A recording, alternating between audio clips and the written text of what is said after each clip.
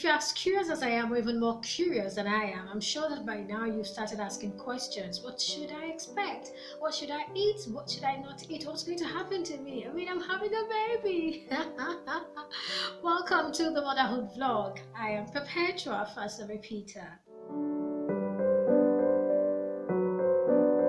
Thank you for joining me today. If this is your very first time, please subscribe to my channel and you are welcome. Thank you. If you're a returning subscriber, thank you for always returning to my channel. I do appreciate it. Thank you. Okay, so talking about the first trimester, I think this might take up to 3 different episodes because I want to break it down from the symptoms you're feeling till some of the symptoms you should not ignore, till what will be done at every point in time. By that I mean the checks, the medical checks that will be taken at every point in time. But of course, for this episode, I'll just focus on the symptoms and just a general overview of what happens during the first trimester. Now, the first trimester is that time from your last menstrual period till the end of the 12th week. Some persons feel it's to the end of the 13th week, but I like to work with the end of the 12th week.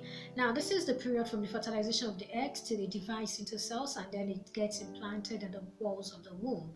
This is it. And then apart from that, by this time you can expect your fetus to start growing rapidly. It's a period of rapid growth, and by the end of the 12th week you have a lot of organs in place. You have the eyes, you have the heart, you have the bones, you have the muscles, you have the sense of taste, you have the sense of smell. I mean, these organs are already in place by the end of the 12th week, so that tells you a lot is happening and a lot is going on inside you during the first trimester.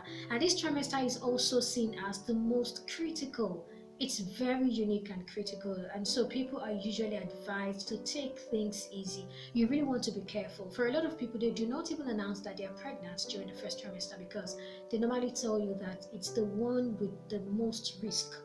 A lot of people get to miscarry at this point in time. So because of that, people are advised to be very careful. A lot of people are even on, well, maybe not a lot, but some persons actually end up being on bed rest during this time. I was placed on bed rest because I had subchorionic hematoma, and there are other people who will also get to be placed on bed rest as a result of one issue or the other. So you want to be very careful at this point in time. If you do not feel up to it, you don't have to prove anything to anybody.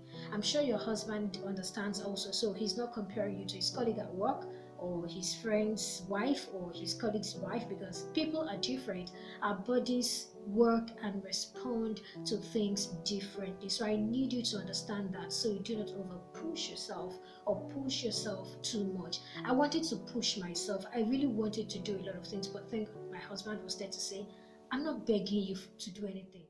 And that really helped us.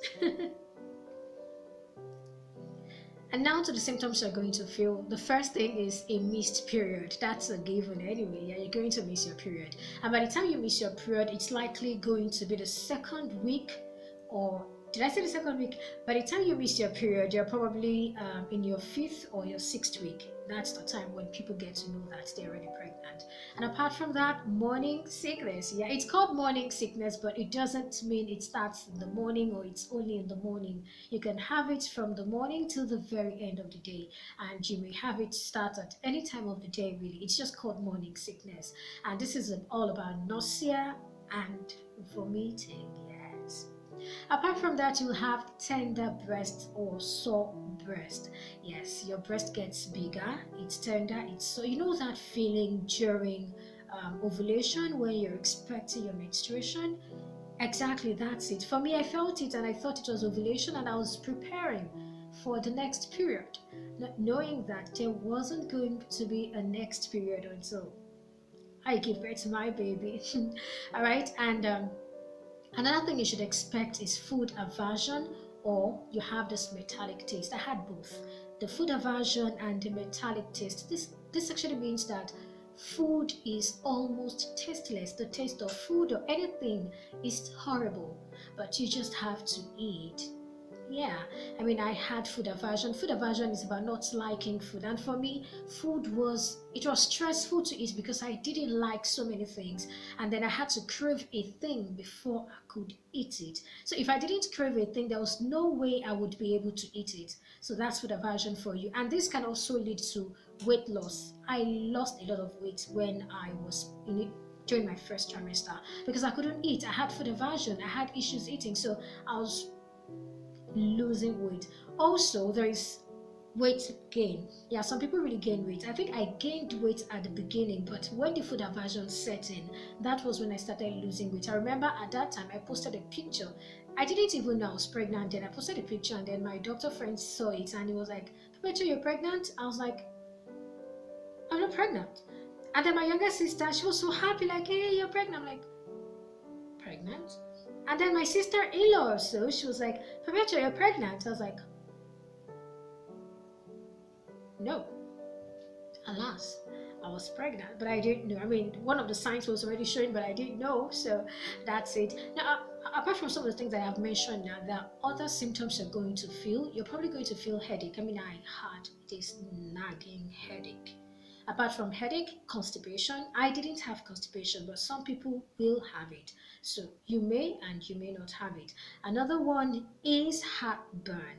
I didn't have heartburn until I think second or third trimester, and it wasn't as serious as I expected because I was told that it was going to be serious at that stage, but it wasn't serious. Just once in a while when I ate some things and then I was able to nail the things that triggered it and then I stopped them. So that was it for me. It wasn't a very serious one for me at all. Nah, it wasn't serious. All right, and then another thing you're going to feel is fatigue or extreme tiredness. I'm not sure you've ever felt this tired before. Wait, first trimester will teach you the meaning of tiredness. I was so tired. Oh my gosh. I mean, I couldn't. There was a particular day I woke up and I felt really useless. I cried. I called my mom. I called my doctor. Like, nobody told me I was going to feel this way. It was serious. Yours may not be up to that, and it may even be more than that. I mean, people, like I said, our bodies react differently to a lot of things. Okay, and then there is this sensitivity to smell. Not everybody feels the sensitivity to smell. I didn't for once feel anything that has, to do with smell.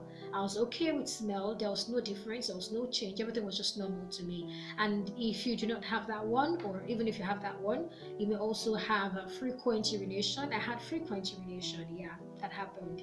And then another one is mood swings. I didn't feel that, but there are people who had or who will have mood swings. Now, if you have the history, or if you have a history, beg your pardon, of depression, you may need to check your mood swing. You may need to see your doctor, so you can arrest any issue, just in case, just to be safe.